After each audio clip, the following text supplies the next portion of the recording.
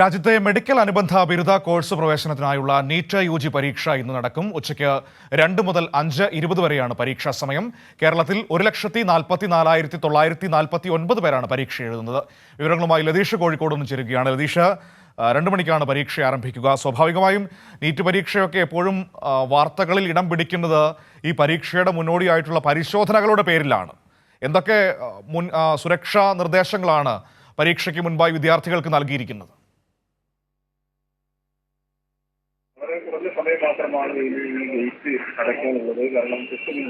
മാത്രമാണ് ഇനി ഈ ഗേറ്റ് അടയ്ക്കാനുള്ളത്. കാരണം 8 മിനിറ്റ് മാത്രമാണ്. 1:30 ഈ ഗേറ്റ് അടയും.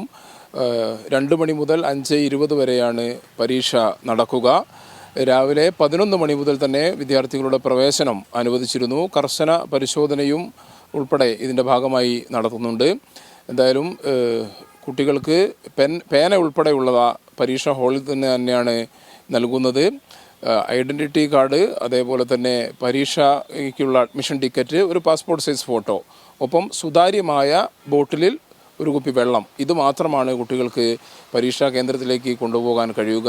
ഷൂ, ആഭരണങ്ങൾ എന്നിവ പ്രവേശിപ്പിക്കില്ല. ആ നിലയിൽ കർശന പരിശോധന, ദേഹപരിശോധനയും സർട്ടിഫിക്കറ്റുകളുടെ പരിശോധനയും ഉൾപ്പെടെ പൂർത്തിയാക്കിയാണ് വിദ്യാർത്ഥികളെ പരീക്ഷാ ഹാളിലേക്ക് കയറ്റുക. 1:40 വരെയാണ് ഈ കോമ്പൗണ്ടിലെത്തുന്ന വിദ്യാർത്ഥികൾക്ക് പരീക്ഷാ ഹാളിലേക്ക് കയറാനുള്ള സമയം.